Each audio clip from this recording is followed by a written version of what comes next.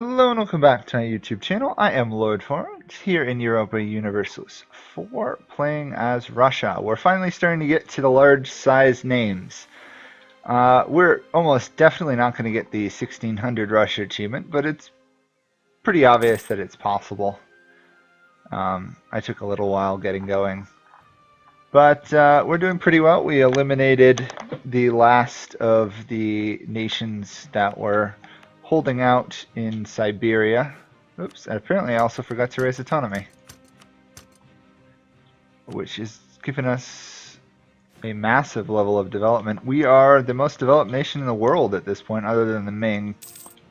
But they are, suffering to 130% tech penalty, so that really doesn't count. We are larger than the Ottomans, though, which is cool. I'm also starting to prepare for the Global Trade Institution, which will be here in 19 years. What else do we have? Printing press is spreading through our lands, however slowly. I'm probably going to just have to do a big buy of it, to be honest, at some point. Oh, Queen Svetlana died, apparently.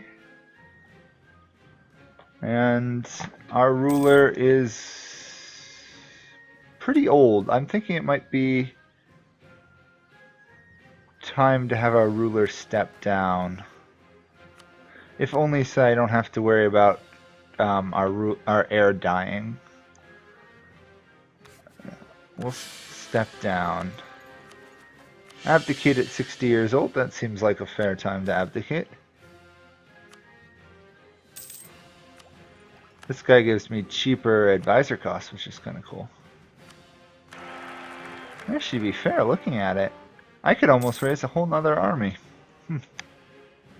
Sorry, I raised a huge amount military increase last episode, and we are now the third largest military in the world with 124,000 troops on the field, which is kind of awesome.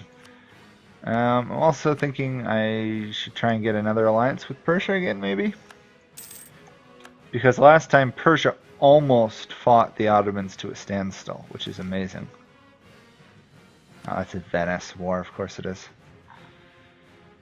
Venice is doing really well, look at that. Tuscany. Big nation.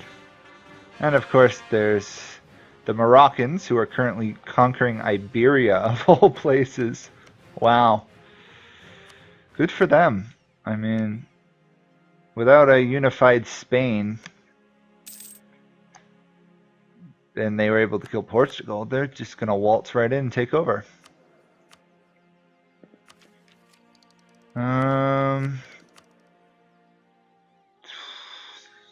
I'll take a level 3 advisor, I guess. Oops, we have some particularist rebels. Of course we do. So let's go hunt them down. That's actually a pretty good general. Right now, really, though, I'm just going to be... Oh, that guy's a terrible heir, actually. I mean, he's 8, but 8 isn't worth it. Please give me someone better.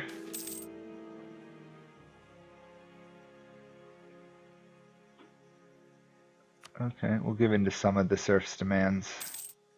Speaking of which, I don't think we haven't hit the time of troubles for us, which is amazing. If we go negative stability, there's a chance we get it, and that's a disaster. Literally a disaster. Colonies are doing well. Still got miles to go to the coastline.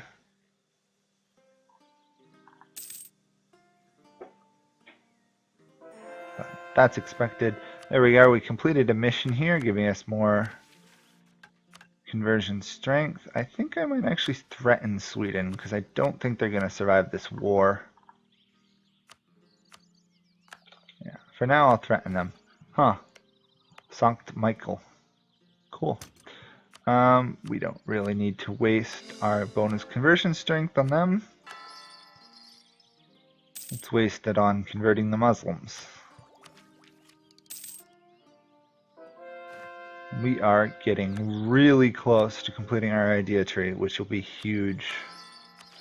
Sadly, it only gives us one legitimacy now. They definitely weakened the idea group for Russia.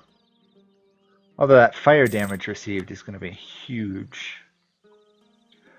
No longer will Russia have literally the worst troops in the game. Now they'll actually have really powerful ones. There we go. 10 air. That works. To be fair, the idea really should be increased fire damage received, bonus morale or something, to signify the fact that Russia was known for huge armies that died all the time. We have even more rebels. Interesting. I'm continuing my culture conversion. It just eliminates that. Besides, I've got nothing really to spend the points on other than maybe developing land. In the long run, though, I think getting rid of nations within my borders is a good move. To be fair, we've already gotten rid of quite a few cultures.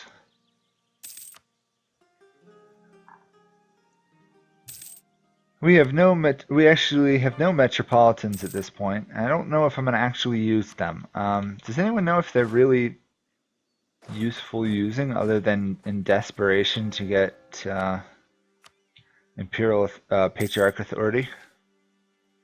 I'm not sure if they're worth it.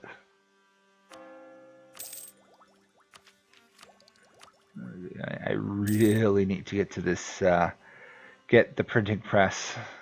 The penalties are starting to become a real issue. Sweden did gain its independence and is now allied to the Commonwealth, which is a bit of an issue for me.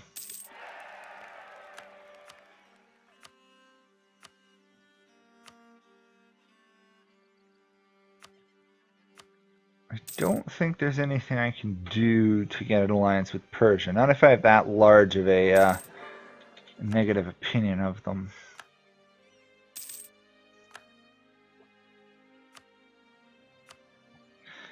To be fair, I'm kind of suffering right now because I don't have enough states to core all the land I own. I think I may have to go administrative to get the states bonus. Plus it'll give me more cheaper mercenaries and core costs at some point.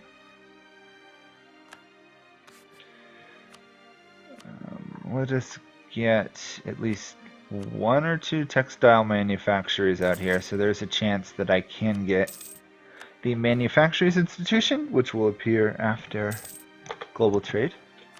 I don't know if I actually want to spend money on that at the moment. Sorry, spend those admin points. It probably actually is better if I wait a bit. There we go. I need 2,000 gold. I've got 3,000. I could debase currency for 700. So I could get it. I might do that. We'll see. A couple of these provinces are finally getting it, which is making it a bit cheaper. That's about as cheap as it's going to get. I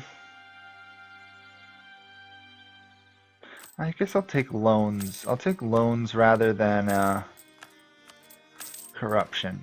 Although I do get that cheaper, I get reduced corruption automatically being Russia, but I prefer not to waste that. 10% yearly corruption reduction is just huge. Okay, I'm not going to take the tech. I am going to finish off the tree, get the attrition, get the legitimacy, get the progress. Yeah. I love how Georgia's got a random army attached to mine over here. Ming are no longer a valid rival. Okay.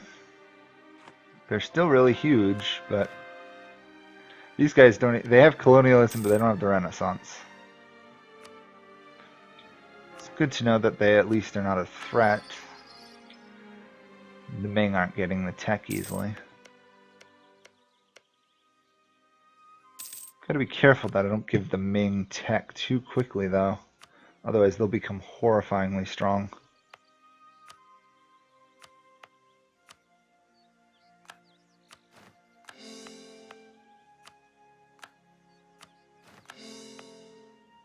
And I can afford one more. It's not really worth it, is it?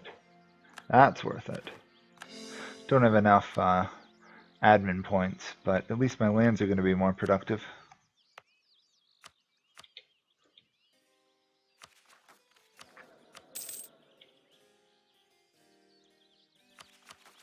And it's actually not that expensive.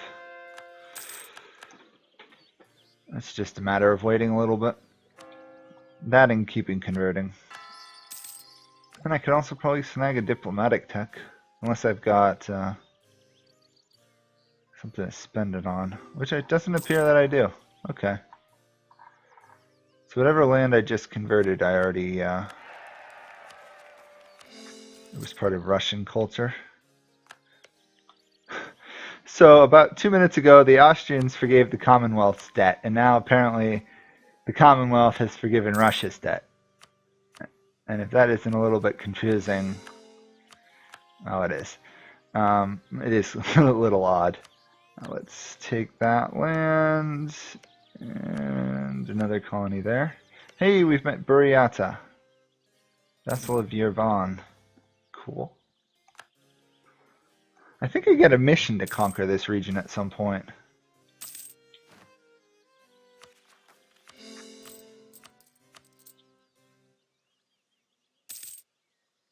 Go. Some more free colonies, or almost free colonies. This one, oh, just started, it looks like.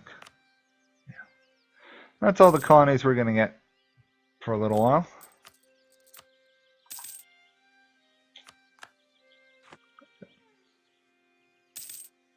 As nice as all that land is, it's not that productive.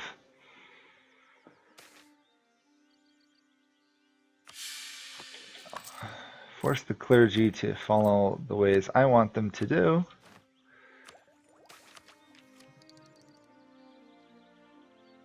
I'll send the Cossacks a little bit of money, I guess. I don't want to permit any of those, actually.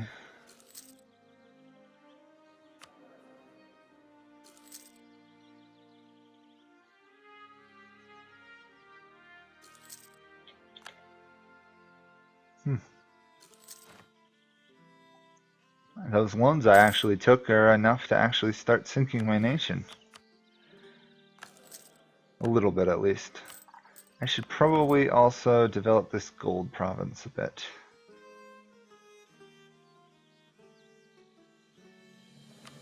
Oh, it's not a state either.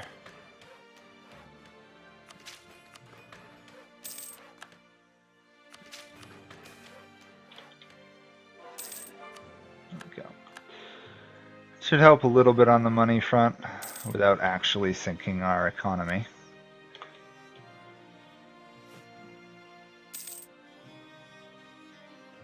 Looks like our culture's in good hands. The religion is going well too. Slowly but surely, Orthodox is spreading through the lands.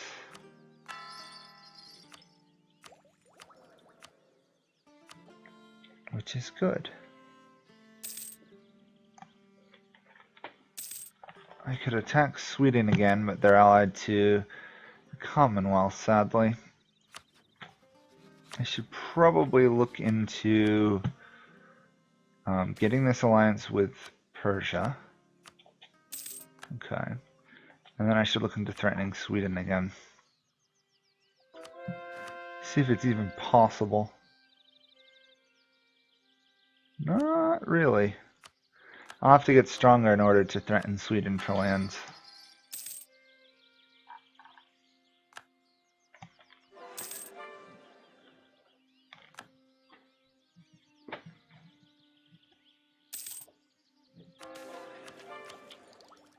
We're going to take nobility cannot be bought out of that event. That'll give us some stability. I'm going to fire both of them for the free tech.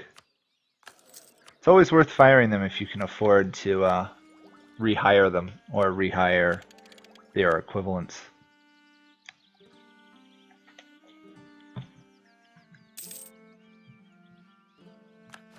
As long as I didn't get a little 3 advisor here, yep, and I didn't, it was all good. We will reduce the growth of rebel factions a bit, because we know everybody hates us. The Tsars were not the best loved monarchs in Europe. Although, to be fair, the Rekurevic dynasty did last a long time.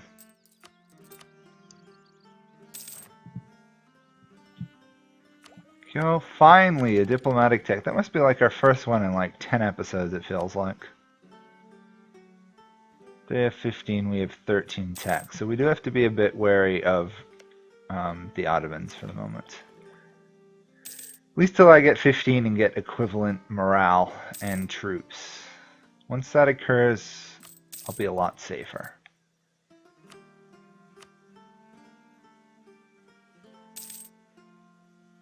I should probably also reduce, inflation a little bit.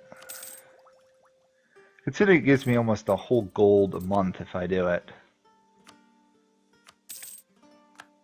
Probably worth it.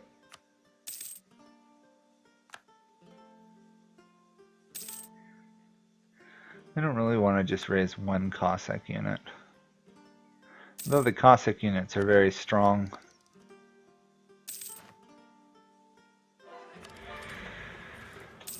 Okay, well, looks like we're going to be able to snag another Splendor ability in Age of Reformation for the remaining 10 years or so. Which is fine. But also probably completely useless, because we don't have any trade ships.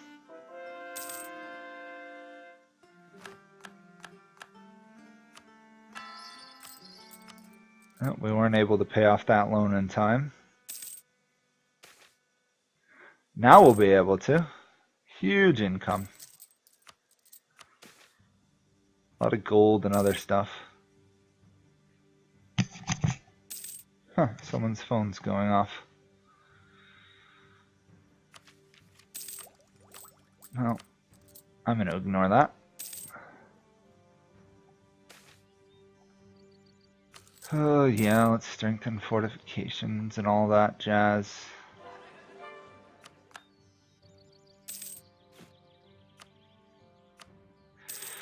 More culture conversion. And more provinces I can culturally convert as well. Another loan paid back. That's almost 3 gold a month, that one loan. I've got to get some loan reduction cost, I think. Otherwise, in the event of a war, I could end up in a lot of trouble. We'll subdue the Cossacks to some degree. Oh, nice. Bonus reduced corruption. I'm happy with that. It's not the most needed one, but considering we still have corruption despite all my efforts to rein it in. We have conservative backlash. Okay. Okay, so they'll probably end up with that fort, but they're not going to get much further. Reject the petition. We're going to really offend our peasants.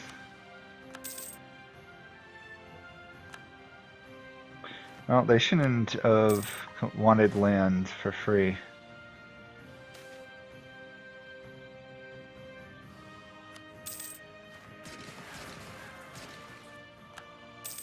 Let's see what it would take for me to be able to threaten the Ottomans, out of curiosity.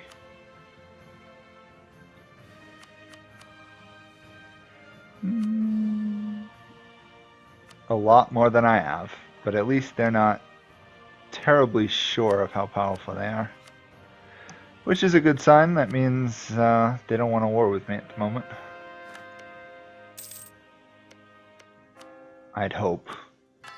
Fingers crossed. Prefer not to fight them.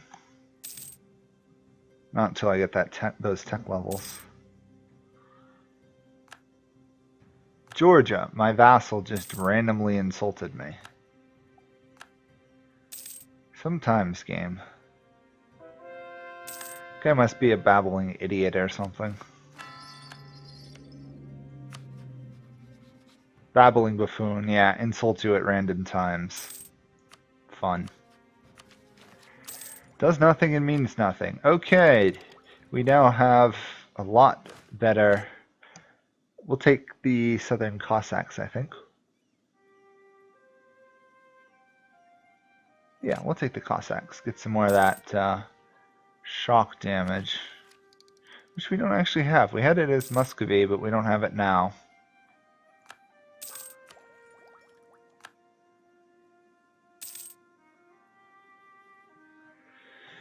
Now the question is, which idea group do I take? I don't really need colonists anymore because I'm already... Okay, well, I've discovered the coastline.